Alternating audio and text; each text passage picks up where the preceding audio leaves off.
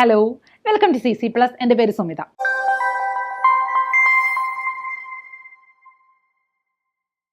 അപ്പം Christmas exam ഒക്കെ വരാൻ പോവുകയാണല്ലേ. അപ്പോൾ ക്രിസ്മസ് എക്സാമിന് നിങ്ങൾക്ക് പ്രിപ്പയർ ചെയ്യുന്നതിന് വേണ്ടിയിട്ട് ഇന്ന് കുറച്ച് ക്വസ്റ്റ്യൻസ് ഡിസ്കസ് ചെയ്യാനാണ് ഞാൻ വന്നിരിക്കുന്നത്. അപ്പോൾ പരീക്ഷയ്ക്ക് പഠിച്ചു തുടങ്ങുമ്പോൾ ചില സബ്ജക്ട്സ് ഒക്കെ പ്രയാസമാണെന്ന് തോന്നുന്നുണ്ടോ? CC Plusൽ ഇൻഡിവിജ്വൽ ട്യൂഷൻസ് നിങ്ങൾക്ക് അവൈലബിൾ ആണ് കേട്ടോ.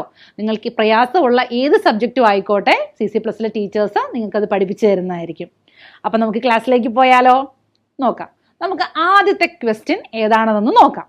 എന്താണ്? ധമനി ഭിത്തികളിൽ കൊഴുപ്പ് അടിഞ്ഞുകൂടുന്ന അവസ്ഥയാണ് ചോദിച്ചിരിക്കുന്നത്. അപ്പൊ ശരിക്കും പറഞ്ഞാൽ എന്താണ്? ആർട്ടറീസും വെയിൻസും ഉണ്ടല്ലേ. അപ്പൊ ശരിക്കും പറഞ്ഞാൽ ധമനി ആർട്ടറീസിൽ ഈ ഫാറ്റ് ഡെപ്പോസിഷൻ കൊണ്ടുണ്ടാകുന്ന കണ്ടീഷൻ ഏതാണെന്നാണ് ക്വസ്റ്റ്യൻ എന്ന് പറയുന്നത്. അതിനകത്ത് എംഫോസീമ പറഞ്ഞിട്ടുണ്ട്, ആതെറോസ്ക്ലറോസിസ് പറഞ്ഞിട്ടുണ്ട്, ബ്രോങ്കൈറ്റിസ് പറഞ്ഞിട്ടുണ്ട്, ഹൈപ്പർ ടെൻഷൻ പറഞ്ഞിട്ടുണ്ട്. ഇതിനകത്ത് എംഫസീമ, ബ്രോങ്കൈറ്റിസ് ഇത് രണ്ടും എന്താണ്? റെസ്പിറേറ്ററി ഡിസീസസ് ആണ്. ഹൈപ്പർ ടെൻഷൻ എന്ന് പറഞ്ഞാൽ എന്താണ്? ബ്ലഡ് ഫ്ലോ ഇൻക്രീസ്ഡ് ആവുന്നത് കൊണ്ടുണ്ടാകുന്ന കണ്ടീഷനാണ് ഹൈപ്പർ ടെൻഷൻ എന്ന് പറയുന്നത്.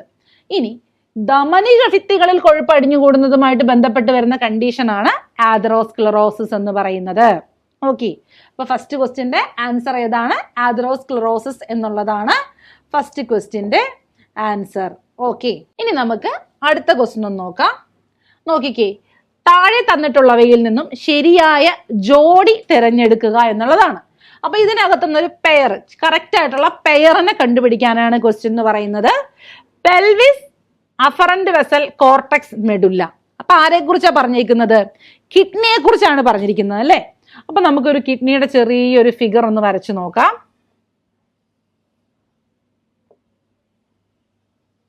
നോക്കിക്കേ, അതിനകത്ത് ഈ ഭാഗമാണ് പെൽവിസ് എന്ന് പറയുന്നത്. പെൽവിസ്. അടുത്തത് എന്താണ്? കോർട്ടെക്സ് വരുന്നുണ്ട്, മെഡുല്ല വരുന്നുണ്ട്. അപ്പൊ കോർട്ടെക്സ് എന്ന് പറയുന്നത് എന്താണ്? ഈ ഭാഗമാണ്, പുറം ഭാഗമാണ് കോർട്ടെക്സ് എന്ന് പറയുന്നത്.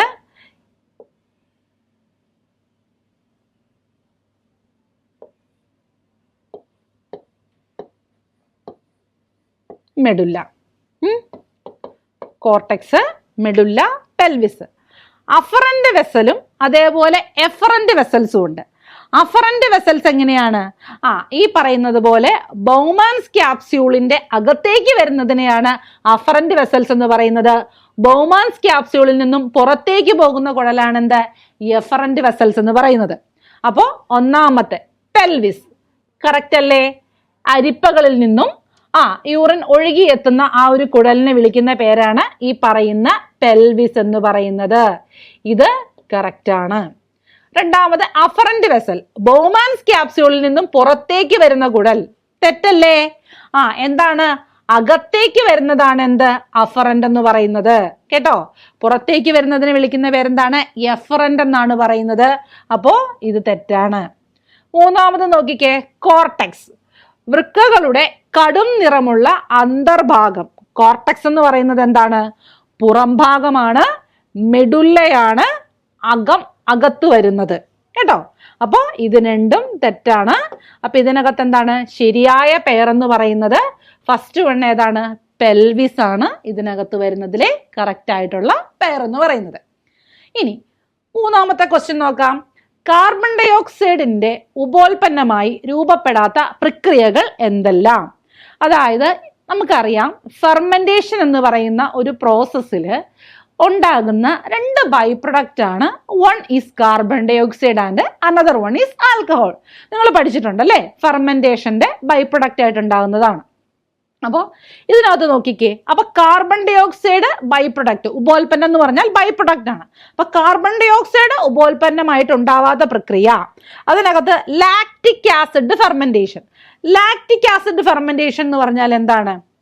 അതായത് അനയറോബിക് ആയിട്ട്, അതായത് ഓക്സിജൻ ലഭ്യമല്ലാത്ത കണ്ടീഷനിൽ എനർജി കിട്ടുന്നതിന് വേണ്ടിയിട്ട് അല്ലേ, എനർജി കിട്ടുന്നതിന് വേണ്ടിയിട്ട് ബോഡി എടുക്കുന്ന ഒരു പ്രോസസ്സാണ് എന്താ? ലാക്റ്റിക് ആസിഡ് ഫെർമെന്റേഷൻ എന്ന് പറയുന്നത് അല്ലേ. അപ്പൊ അതിന്റെ പ്രൊഡക്റ്റ് ആയിട്ട് ഉണ്ടാകുന്ന ഉപോൽപ്പന്നമാണ്, ആ എനർജി ഉണ്ടാക്കാൻ വേണ്ടിയിട്ട് ബോഡി നടത്തുന്ന പ്രവർത്തനത്തിൽ ഉപോൽപ്പന്നമായിട്ടുണ്ടാകുന്ന ഒരു ഉൽപ്പന്നമാണ് ലാക്റ്റിക് ആസിഡ് എന്ന് പറയുന്നത് അല്ലേ? അപ്പൊ നമ്മൾ ഒരു ദിവസം കുറെ പണിയൊന്നും ചെയ്യാതെ ഒരു ദിവസം കുറെ നമ്മൾ ഒരിക്കലും ചെയ്യാത്ത പണി ചെയ്തു. നിങ്ങൾ ഒരു ദിവസം ഭയങ്കര ഹാർഡായിട്ട് കളിച്ചു. അത്രയും കാലം നിങ്ങൾ അങ്ങനെ കളിക്കാറൊന്നുമില്ല. പിറ്റേ ദിവസം എന്താണ്, മസിൽസിനൊക്കെ ഒരു ചെറിയ പെയിൻ ഉണ്ടാവും അല്ലേ? കാരണം എന്താണ്, ബോഡിക്ക് ആ ഒരു പ്രവൃത്തി ചെയ്യുന്നതിന് കൂടുതലായിട്ട് എനർജി ആവശ്യമായിട്ട് വന്നു. അപ്പം അനൈറോബിക് ആയിട്ട് ഓക്സിജൻ ഇല്ലാതെ ബോഡി എന്ത് ചെയ്തു, കൂടുതൽ എനർജി, ഓക്സിജൻ കുറവാണ് അവിടെ, അപ്പൊ ഓക്സിജൻ കുറവുള്ള ഓക്സിജൻ ആയതുകൊണ്ട് തന്നെ ബോഡി കൂടുതൽ എനർജി കിട്ടാനായിട്ട് എന്ത് ചെയ്തു, അവിടെ അനൈറോബിക് ആയിട്ടുള്ള ഒരു പ്രോസസ്സ് നടത്തി. ഓക്സിജൻ ഇല്ലാതെ ഒരു പ്രോസസ്സ് നടത്തി. ഓക്സിജൻ ഉള്ള പ്രവർത്തനങ്ങളിലാണ് കൂടുതലായിട്ട് എനർജി കിട്ടുന്നത്. പക്ഷെ ഓക്സിജൻ ഇല്ലെങ്കിൽ എന്ത് ചെയ്യും, ഓക്സിജൻ ഇല്ലാതെ ബോഡി എനർജി കണ്ടെത്തേണ്ടി വന്നു. പക്ഷെ അവിടെ ഉണ്ടാകുന്ന എനർജി എന്ന് പറയുന്നത് എന്താണ്, കുറവായിരിക്കും എപ്പോഴും കേട്ടോ. ഓക്സിജന്റെ പ്രസൻസിൽ ഉണ്ടാകുന്ന എനർജിയേക്കാളും എപ്പോഴും എനർജി കുറവായിരിക്കും ഓക്സിജന്റെ പ്രസൻസ് ഇല്ലാതെ നടത്തുന്ന പ്രോസസ്സുകളിൽ ഉണ്ടാകുന്ന എനർജി എന്ന് പറയുന്നത്. അപ്പൊ ആ ഒരു പ്രവർത്തനത്തിന്റെ ഫലമായിട്ട് ഉണ്ടായ പ്രൊഡക്റ്റാണ് ലാക്റ്റിക് ആസിഡ് എന്ന് പറയുന്നത്. അപ്പോൾ കാർബൺ ഡൈ ഓക്സൈഡിന്റെ ഉപോൽപ്പന്നമായി രൂപപ്പെടാത്തതിനകത്ത് ഒന്ന് ഏതാണ്, ലാക്റ്റിക് ആസിഡ് ആണ്. ഇത് ശരിയാണ്. കാരണം എന്താണ്, കാർബൺ ഡൈ ഓക്സൈഡ് അല്ല അവിടെ ഉണ്ടായത്, പകരം ലാക്റ്റിക് ആസിഡ് ആണ് ഉണ്ടായത്. ആൽക്കഹോൾ ഫെർമെന്റേഷൻ, ആൽക്കഹോൾ ഫെർമെന്റേഷനിൽ ഉണ്ടാകുന്ന പ്രൊഡക്റ്റ് എന്താണ്, കാർബൺ ഡൈ ഓക്സൈഡും ആൽക്കഹോളും ഉണ്ടാവുന്നുണ്ട്. അപ്പൊ ഇതല്ല, കാർബൺ ഡൈ ഓക്സൈഡ് ഉണ്ടാവുന്നുണ്ട്. ക്രബ്സ് സൈക്കിൾ അല്ലെ, ക്രബ്സ് പരിവൃത്തി, ഇതിലും എന്താണ്, കാർബൺ ഡൈ ഓക്സൈഡ് ഉണ്ടാകുന്നുണ്ട് അല്ലേ, കാർബൺ ഡൈ ഓക്സൈഡ് ഉണ്ടാകുന്നുണ്ട്. അടുത്തത് വരുന്ന എന്താണ്, ഗ്ലൈക്കോളിസിസ്. ഗ്ലൈക്കോളിസിസ് എന്ന് പറയുന്ന പ്രവർത്തനത്തിൽ എന്താണ്, കാർബൺ ഡൈ ഓക്സൈഡ് ഉണ്ടാകുന്നില്ല. കാരണം ഗ്ലൈക്കോളിസിസ് എന്ന് പറഞ്ഞാൽ എന്താണ്, ഗ്ലൂക്കോസിനെ പൈറൂവിക് ആസിഡ് ആക്കി മാറ്റുന്ന പ്രവർത്തനത്തെ വിളിക്കുന്ന പേരാണ് ഗ്ലൈക്കോളിസിസ് എന്ന് പറയുന്നത്. അപ്പൊ അവിടെ ഉണ്ടാകുന്നത് എന്താണ്, ഗ്ലൈക്കോളിസിസിൽ പൈറൂവിക് ആസിഡ് ആണ് ഉണ്ടാകുന്നത്. അപ്പൊ അവിടെ വീണ്ടും എന്താണ്, കാർബൺ ഡൈ ഓക്സൈഡ് ഇല്ല. അപ്പൊ കാർബൺ ഡൈ ഓക്സൈഡ് ഉപോൽപ്പന്നമായി രൂപപ്പെടാത്ത പ്രക്രിയകൾ ചോദിച്ചാൽ ലാക്റ്റിക് ആസിഡ് ഫെർമെന്റേഷനും ഗ്ലൈക്കോളിസിസുമാണ് ശരിയായ ഉത്തരങ്ങൾ കേട്ടോ. അപ്പൊ ഈ 3 ക്വസ്റ്റ്യൻ ആൻസർ മനസ്സിലായോ? നമുക്ക് അടുത്ത ചോദ്യങ്ങളിലേക്ക് പോയാലോ? അപ്പൊ ഇവിടെ നോക്കിക്കേ, ചിത്രത്തില് എക്സ് എന്ന് സൂചിപ്പിച്ചിരിക്കുന്ന പേശി ഏതാണെന്നുള്ളതാണ്. അപ്പൊ എക്സ് റെപ്രസെന്റ് ചെയ്തിരിക്കുന്ന മസിൽ ഏതാണെന്നുള്ളതാണ് അല്ലെ. അപ്പൊ ശരിക്കും എന്താണ്, ബ്രീത്തിങ് ആൻഡ് എക്സ്ചേഞ്ചുമായിട്ട് ബന്ധപ്പെട്ട് വരുന്നതാണ് അല്ലെ, ശ്വാസോച്ഛ്വാസമായിട്ട് ബന്ധപ്പെട്ട് വരുന്നതാണ്. അപ്പൊ ശരിക്കും പറഞ്ഞാൽ ഇവിടെ ഏതാണ്, ഇന്റർകോസ്റ്റൽ അല്ലെ, ആന്തരിക മസിൽസ് ആണ് ഇവിടെ ഉണ്ടാകുന്ന, ആന്തരിക പേശികളാണ് ഇന്റർകോസ്റ്റൽ മസിൽസിന്റെ സങ്കോചം. അപ്പൊ ഇവിടെ എക്സ് എന്ന് പറയുന്നത് എന്താണ്, ഇന്റർകോസ്റ്റൽ മസിൽസ് ആണ് അല്ലേ, ആന്തരിക പേശികളാണ്, ഇന്റർകോസ്റ്റൽ മസിൽസിന്റെ സങ്കോചമാണ് അവിടെ നടക്കുന്നത്.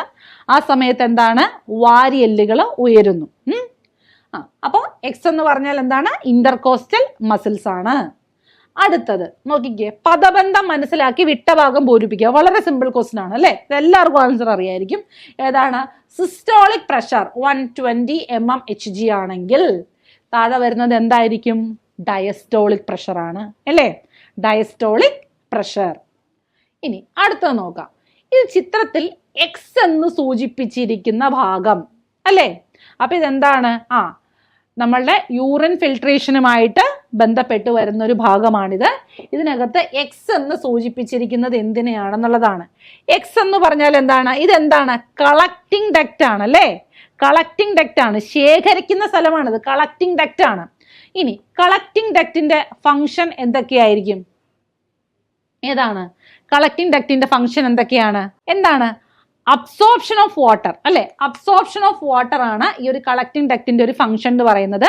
അതേപോലെ എന്താണ്, ഈ പറയുന്ന കളക്ട് ചെയ്തത് എന്താണ്, വീണ്ടും പെൽവിസിലേക്ക് കൊണ്ടുപോകുന്നതും അങ്ങനെയുള്ള ഫംഗ്ഷൻസ് ക്യാരി ചെയ്യുന്നത് എവിടെയാണ്, ഈ കളക്ടിങ് ഡക്റ്റിലാണ് നടക്കുന്നത്. അപ്പൊ എക്സ് എന്ന് റെപ്രസെന്റ് ചെയ്തിരിക്കുന്നത് എന്താണ്, കളക്ടിങ് ഡക്റ്റ് ആണ്. അടുത്ത ക്വസ്റ്റ്യൻ നോക്കാം. ശ്വാസകോശത്തിന്റെ ഒരു സവിശേഷതയാണ് ചുവടെ നൽകിയിരിക്കുന്നത്. ഇത് നോക്കിയിട്ട് ഉത്തരം എഴുതാനാണ് പറയുന്നത്. ഇനി ശ്വാസകോശത്തിലേക്ക് പ്രവേശിക്കുന്ന ശ്വസനിയുടെ അഗ്രശാഖകളായ ശ്വസനികൾ തുറക്കുന്നത് ദശലക്ഷക്കണക്കിന് വായു അറകളിലേക്കാണ്. അപ്പോ ഇത്ര അധികം വായു അറകൾ ഉള്ളത് കൊണ്ടുള്ള പ്രയോജനം എന്ത്? അപ്പൊ വായു അറകൾ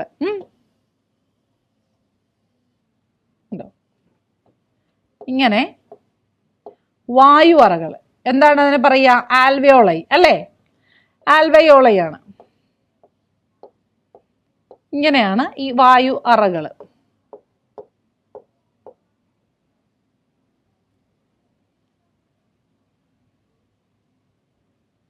ഇത് വളരെ തിക്നെസ് കുറഞ്ഞൊരു മെംബ്രെയിനാണ്, ഡബിൾ മെംബ്രെയിൻ ലെയർ ആണ്. പക്ഷെ എന്താണ്, അത് വളരെ തിക്നെസ് കുറഞ്ഞതാണ്. അപ്പൊ ഇങ്ങനെയുള്ള ഒരുപാട് ദശലക്ഷക്കണക്കിന് വായു അറകളുണ്ട്. എന്തിനു വേണ്ടിയിട്ടാണ് ഈ വായു അറകള് അല്ലേ? എന്തുകൊണ്ടാണ് ഇത്രയും അധികം വായു അറകൾ? എന്തിനു വേണ്ടിയിട്ടാണ്?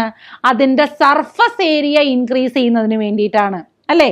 അപ്പൊ കൂടുതലായിട്ട് ഓക്സിജനെ ക്യാരി ചെയ്ത് കൊണ്ടുപോകുന്നതിന് വേണ്ടിയിട്ട്, അതിന്റെ സർഫസ് ഏരിയ ഇൻക്രീസ് ചെയ്യുന്നതിന് വേണ്ടിയിട്ടാണ് ഈ ദശലക്ഷക്കണക്കിന് വായു അറകൾ അവിടെ ഉള്ളത്, ആൽവയോളൈസ് അവിടെ ഉള്ളത്. ഇനി വായു അറകളുടെ ഘടന ശ്വസനവാതകങ്ങളുടെ കൈമാറ്റത്തിന് എത്രമാത്രം അനുയോജ്യമാണ് എന്നുള്ളതാണ്. എന്താണ് ഇതിന്റെ ഘടന എന്ന് പറയുന്നത്? അതായത് ഈ പറഞ്ഞതുപോലെ ബ്രോങ്കിയോളൈ എന്നൊക്കെ പറഞ്ഞ് ഇതിങ്ങനെ ബ്രാഞ്ചസ് ആയിട്ട് തിരിഞ്ഞേക്കുവാണ് അല്ലേ? ഉണ്ടോ? ഇങ്ങനെ ഒരുപാട് ബ്രാഞ്ചസ് ആയിട്ട് അത് തിരിഞ്ഞ് ഈ ബ്രാഞ്ചസിന്റെ എല്ലാ അറ്റത്താണ് ഇങ്ങനെ കാണപ്പെടുന്നത്.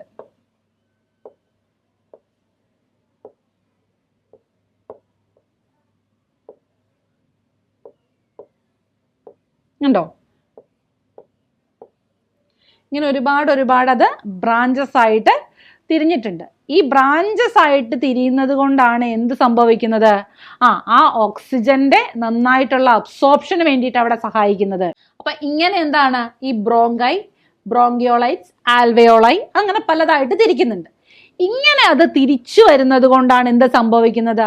ഇവിടെ ഒരു ലാർജ് സർഫസ് ഏരിയ കിട്ടുന്നത്. അതേപോലെ തന്നെ ഈ മെംബ്രൈൻ എന്ന് പറയുന്നത് വളരെ എന്താണ് 1 mm തിക്നെസ്സിൽ താഴെയുള്ള ഒരു മെംബ്രൈനാണ്. ആ മെംബ്രൈന് തിക്നെസ് കുറവാകുന്നത് കൊണ്ട് എന്താണ് ഓക്സിജന്റെ സുഗമമായിട്ടുള്ള എക്സ്ചേഞ്ചിന് സഹായിക്കുന്ന ഒരു സ്ട്രക്ചറാണിത്. അപ്പൊ ഇത് മനസ്സിലായല്ലോ? അടുത്ത ക്വസ്റ്റ്യൻ നോക്കിയാലോ? അപ്പോൾ ചിത്രീകരണം നിരീക്ഷിച്ച് ചോദ്യങ്ങൾക്ക് ഉത്തരം എഴുതുക എന്നുള്ളതാണ്. ഇതിനകത്ത് എക്സ് എന്തിനെയാണ് റെപ്രസെന്റ് ചെയ്യുന്നത് എന്നുള്ളതാണ്. എക്സ് എന്ന് പറഞ്ഞാൽ എന്താണ്? ശരിക്കും പറഞ്ഞാൽ കോശദ്രവ്യമാണ് കേട്ടോ. കോശദ്രവ്യമാണ് ഈ പറയുന്ന എക്സ് എന്ന് പറയുന്നത്. കോശദ്രവ്യമാണ്. ഈ ദ്രവ്യവും രക്തവും എങ്ങനെ വ്യത്യാസപ്പെട്ടിരിക്കുന്നു എന്നുള്ളതാണ്. അതായത് എന്താണ്, ഇത് ഒരു ഫ്ലൂയിഡ് ആണ്. ബ്ലഡിലാണെങ്കിൽ എന്താണ്, RBCs കാണും അല്ലേ? RBCs കാണും. അതേപോലെ ബ്ലഡിന് എന്താണ്, ഈ RBC പ്രസന്റ് ആയതുകൊണ്ടാണ് അതിന് ആ ഒരു റെഡ് കളർ കിട്ടുന്നതും ഒക്കെ. പക്ഷെ ഇവിടെ കാണപ്പെടുന്നത് എന്താണ്? ഇവിടെ കാണപ്പെടുന്നത് പ്രോട്ടീൻസും പ്ലേറ്റ്ലെറ്റ്സുമാണ്. ഈ ഒരു ഭാഗത്ത് കാണപ്പെടുന്നത് പ്രോട്ടീൻസും പ്ലേറ്റ്ലെറ്റ്സുമാണ്. അതാണ് ഈ ദ്രവ്യവും രക്തവും എങ്ങനെ വ്യത്യാസപ്പെട്ടിരിക്കുന്നു എന്ന് പറയുന്നത്. ഇവിടെ കാണപ്പെടുന്നത് എന്താണ്? പ്രോട്ടീൻസും അതേപോലെ പ്ലേറ്റ്ലെറ്റ്സും കാണപ്പെടുന്നു. രക്തത്തിലാണ് എന്ത് കാണപ്പെടുന്നത്? RBC കാണപ്പെടുന്നത്. RBC ഉള്ളത് കൊണ്ടാണ് അതിന് റെഡ് കളർ കിട്ടുന്നത്. അത് ഓക്സിജനെ ക്യാരി ചെയ്ത് കൊണ്ടുപോകുന്നു. അങ്ങനെയുള്ള പോയിന്റ്സ് ആണ് നമ്മൾ ഈ ഭാഗത്ത് എഴുതുന്നത്. ഇത് എഴുതി കഴിയുമ്പോൾ തന്നെ അതേ 1 മാർക്ക് കിട്ടി. വളരെ സിമ്പിൾ ആയിട്ടുള്ള ക്വസ്റ്റ്യൻസ് ആണ്. അടുത്തത് നോക്കാം. ബോക്സിലെ വിവരം വിശകലനം ചെയ്ത് ചോദ്യങ്ങൾക്ക് ഉത്തരം എഴുതുക. അഭിലഷണീയമായ രക്തസമ്മർദ്ദ നിരക്ക് അല്ലേ? അപ്പോൾ ഒരാളുടെ നോർമൽ ബ്ലഡ് പ്രഷർ എന്ന് പറയുന്നത് 120/80 ആണ്. നമ്മൾ ആദ്യത്തെ ക്വസ്റ്റ്യനിൽ കണ്ടു അല്ലേ? സിസ്റ്റോളിക്കും ഡയസ്റ്റോളിക്കുമായിട്ടുള്ള പ്രഷറാണ് പറയുന്നത്. ഇനി ബോക്സിൽ നൽകിയിട്ടുള്ള നിരക്കിൽ നിന്നും രക്തസമ്മർദ്ദ നിരക്ക് കൂടുന്ന രോഗാവസ്ഥയെ വിളിക്കുന്ന പേരാണ് ഹൈപ്പർ ടെൻഷൻ. അപ്പോൾ ഇതിൽ കൂടുതൽ രക്തസമ്മർദ്ദം എന്ന് പറയും. ഹൈപ്പർ ടെൻഷൻ, ബ്ലഡ് പ്രഷർ, അങ്ങനെ പല പേരുകളിൽ പറയുന്നുണ്ട്. ഹൈപ്പർ ടെൻഷൻ എന്നോ ബ്ലഡ് പ്രഷർ എന്നോ അങ്ങനെ എന്ത് വേണമെങ്കിലും പറയാം. അപ്പോൾ ബോക്സിൽ നൽകിയിട്ടുള്ള നിരക്കിൽ നിന്നും രക്തസമ്മർദ്ദം കൂടുന്ന കണ്ടീഷനാണ് ഹൈപ്പർ ടെൻഷൻ എന്ന് പറയുന്നത്. ഇനി ഇതിനുള്ള കാരണങ്ങൾ എന്തൊക്കെയാണെന്നുള്ളതാണ് ക്വസ്റ്റ്യൻ. പല കാരണങ്ങൾ കൊണ്ടുവരാം. ജീവിതശൈലിയിലുണ്ടാകുന്ന വ്യത്യാസങ്ങൾ കൊണ്ടുവരാം. അമിതമായിട്ടുള്ള ഫാറ്റ് അല്ലേ, ബോഡിയിൽ ഫാറ്റിന്റെ ഡെപ്പോസിഷൻ കൂടുന്നത് കൊണ്ടുവരാം. സ്മോക്കിങ്, അൺഹെൽത്തി ആയിട്ടുള്ള ലൈഫ് സ്റ്റൈല്, അങ്ങനെ പല റീസൺസ് കൊണ്ട് ഈ ഒരു കണ്ടീഷൻ വരാവുന്നതാണ്. ഇനി നമ്മുടെ 10ാമത്തെ ക്വസ്റ്റ്യൻ നോക്കാം. 10ാമത്തെ ക്വസ്റ്റ്യൻ നോക്കിക്കേ, നമ്മുടെ ലാസ്റ്റ് ക്വസ്റ്റ്യൻ ആണ് കേട്ടോ. നോക്കിക്കേ, ശ്വാസകോശം, ബ്രോങ്കൈറ്റിസ്, ശ്വാസകോശ വീക്കം. ഇനി അടുത്തത് എന്താണ്? വായു അറ പൊട്ടുന്നു. അതേതാണ് കണ്ടീഷൻ? വായു അറ പൊട്ടുന്ന കണ്ടീഷൻ ഏതാണ്? എംഫസീമ എന്ന് പറയൂ അതിനെ. വായു അറ പൊട്ടുന്ന കണ്ടീഷനെ വിളിക്കുന്ന പേരാണ് എംഫസീമ. വായുവറ പൊട്ടുന്നത് ഇത്തരം രോഗികളെ എപ്രകാരം ബാധിക്കും? അതായത് എംഫസീമ വരുന്ന ആളുകളിൽ വായുവറ പൊട്ടുന്നത് കൊണ്ട് അതിൻ്റെ സർഫസ് ഏരിയ കുറയുകയും അതേപോലെ എന്താണ് അവർക്ക് കൂടുതലായിട്ടുള്ള ശ്വാസം അല്ലേ, ഓക്സിജനെ അവർക്ക് എന്ത് ചെയ്യാൻ പറ്റില്ല, വൈറ്റൽ കപ്പാസിറ്റി എന്ന് പറയും അതിനെ, അത് കുറയുകയും ചെയ്യും, വൈറ്റൽ കപ്പാസിറ്റി കുറയുകയും ചെയ്യും. അതാണ് എംഫസീമ എന്നുള്ള കണ്ടീഷൻ കൊണ്ട് വരുന്നത്. അപ്പോൾ ഇന്ന് പഠിപ്പിച്ച ക്വസ്റ്റ്യൻസ് എല്ലാം നിങ്ങൾക്ക് നിങ്ങളുടെ ക്രിസ്മസ് എക്സാമിന് സഹായകരമാകുന്ന ക്വസ്റ്റ്യൻസ് ആണ്. അപ്പോൾ ഇതെല്ലാം ഒന്ന് പഠിച്ചു വെക്കുക, എന്നിട്ട് നന്നായിട്ട് ക്രിസ്മസ് പരീക്ഷ എഴുതുക. അപ്പോൾ ഇതേപോലെയുള്ള കൂടുതൽ വീഡിയോസുമായിട്ട് നമുക്ക് അടുത്ത ക്ലാസ്സിൽ കാണാം. അപ്പോൾ ഇങ്ങനെ വീഡിയോസ് കാണുന്നതിന് വേണ്ടിയിട്ടും അതിൻ്റെ നോട്ടിഫിക്കേഷൻ അറിയുന്നതിനൊക്കെ വേണ്ടിയിട്ട് യൂട്യൂബ് ചാനൽ സബ്സ്ക്രൈബ് ചെയ്ത് വെച്ചോളൂ. അപ്പോൾ thank you for watching this class.